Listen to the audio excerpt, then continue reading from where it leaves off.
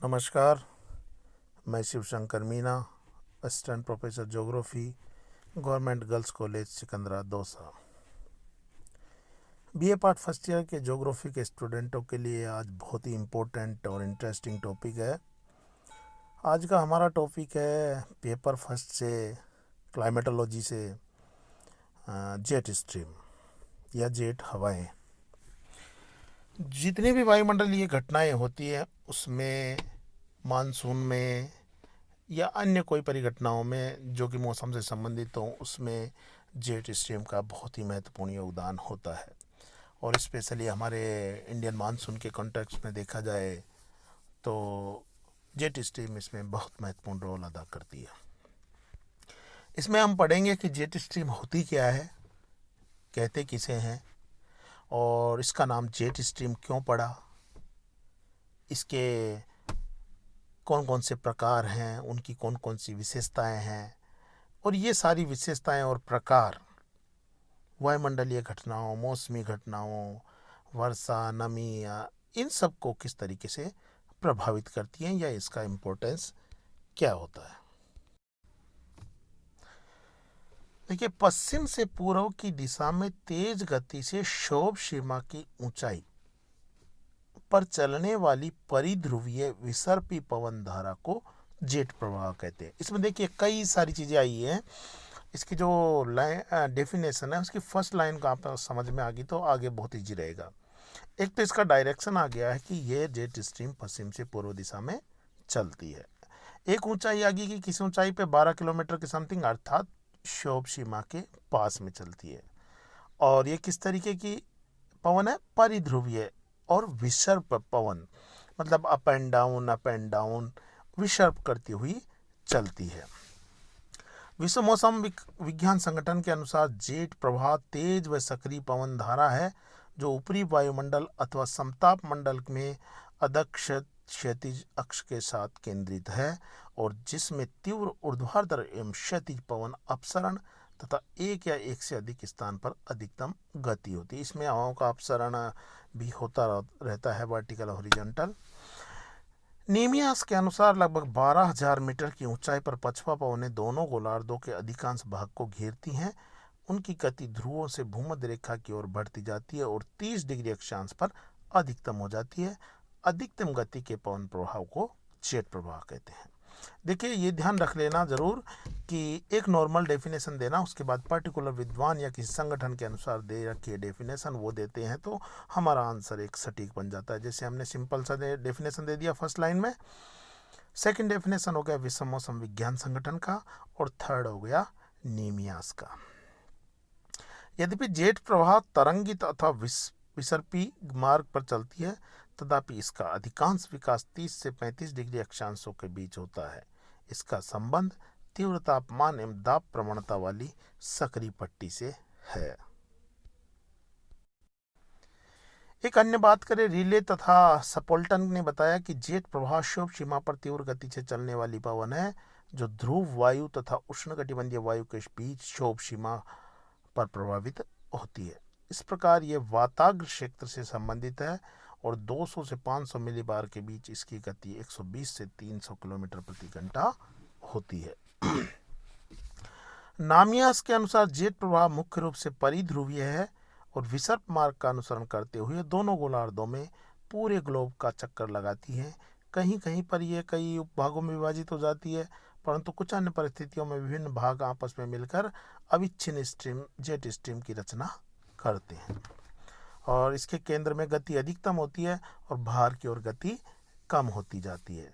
अधिकतम गति 10 से 12 किलोमीटर की ऊंचाई पर होती है। सामान्यतः जेट प्रवाह की लंबाई हजारों किलोमीटर, चौड़ाई 150 से 450 किलोमीटर, गहराई 900 से 2150 मीटर होती है और इसके क्रोड में वायु की गति 500 किलोमीटर प्रति घंटा से भी अधिक होती है। ग्रीष्म ऋतु में जेट प्रवाह की गति लगभग 110 किलोमीटर प्रति घंटा और शीत ऋतु में बढ़कर 190 किलोमीटर प्रति घंटा हो जाती है। ऋतु के अनुसार जेट प्रवाह की स्थिति में भी परिवर्तन होता है। जैसे जैसे सूर्य उत्तरायण होता है, दक्षिणायन होता है, उसी क्रम में इसकी स्थिति में भी परिवर्तन होता रहता है।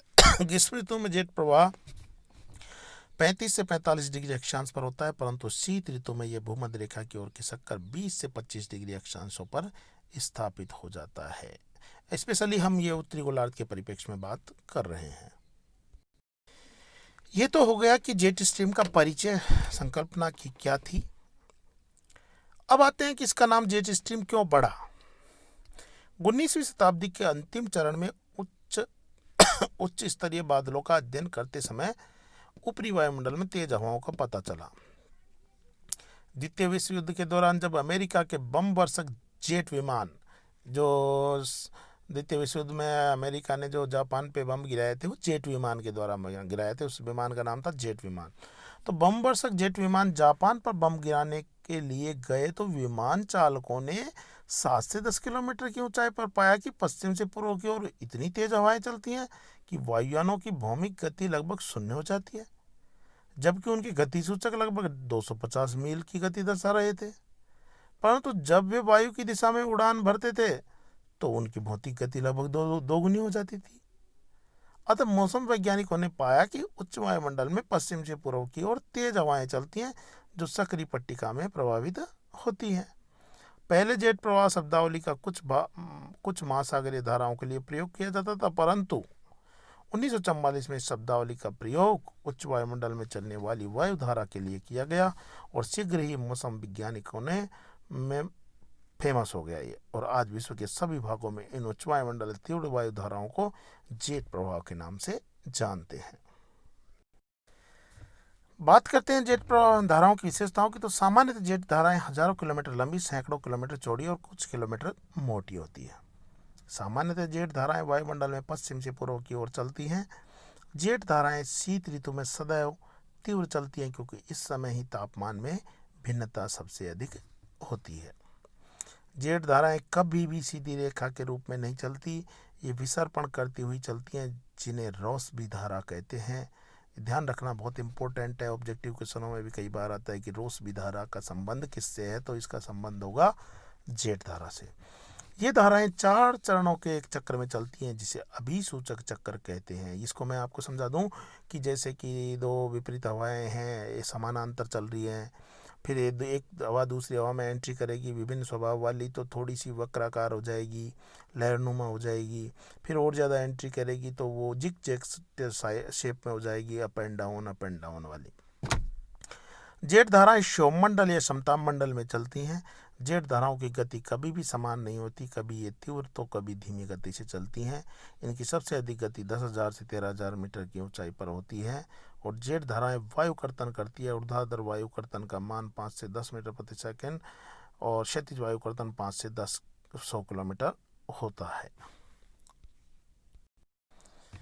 बात करते हैं जेट धाराओं के प्रकार की। तो स्थिति के अनुसार वायुमंडल में 4 जेट धाराएं प्रवाहित होती हैं। इनमें से 3 उत्तरी गोलार्ध में तथा 1 दक्षिणी गोलार्ध में स्थित है।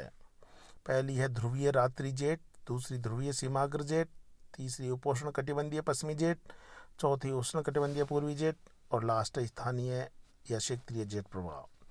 अब चलते हैं पहले ध्रुवीय रात्रि जेट। ये धारा समताप मंडल के निचली परतों में ध्रुवीय भागों में प्रभावित होती है। सेकंड ध्रुवीय सीमाग्र जेट, ये मध्य अक्षांशों में बहने वाली यह जेट 3000 मीटर से अधिक ऊंचाई पर पश्चिम से पूर्व दिशा में प्रभावित होती है। थर्ड उपोष्ण कटिबंधीय पश्चिमी जेट, इस जेट का 80 से 85 डिग्री अक्षांशों के मध्य मुख्यतः परिध्रुवीय क्षेत्र में प्रवाह पश्चिम से पूर्व दिशा में होता है। और उष्णकटिबंधीय पूर्वी जेट, तिब्बत पठार के गर्म होने के कारण निर्मित पश्चिम से पूर्व दिशा में प्रभावित होने वाली यह जेट मौसमी जेट है और इसका प्रभाव 8 से 30 डिग्री अक्षांशों के मध्य होता है। स्थानीय जेट की बात करें तो इसका जन्म मध्य तथा ऊपरी क्षोभमंडल में स्थानीय रूप में तापीय एवं गतिक परिवर्तनों के कारण होता है। इनकी तेज हवाएं केवल स्थानीय स्तर पर ही प्रभावशाली होती हैं और यह आर्कटिक वृत्त से भूमध्य रेखा तक कहीं भी बन सकती है और धरातलीय मौसम में परिवर्तन ला सकती है। बात करें जेट प्रवाह के महत्व की, तो अभी मैंने आपको बताया था कि वायुमंडल से संबंधित विभिन्न जैसे कि शीतोष्णकटिबंधीय चक्रवातों की सक्रियता जेट प्रवाह पर निर्भर करती है।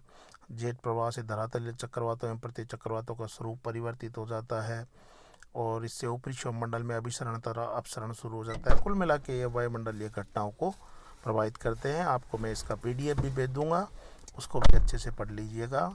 Thank you.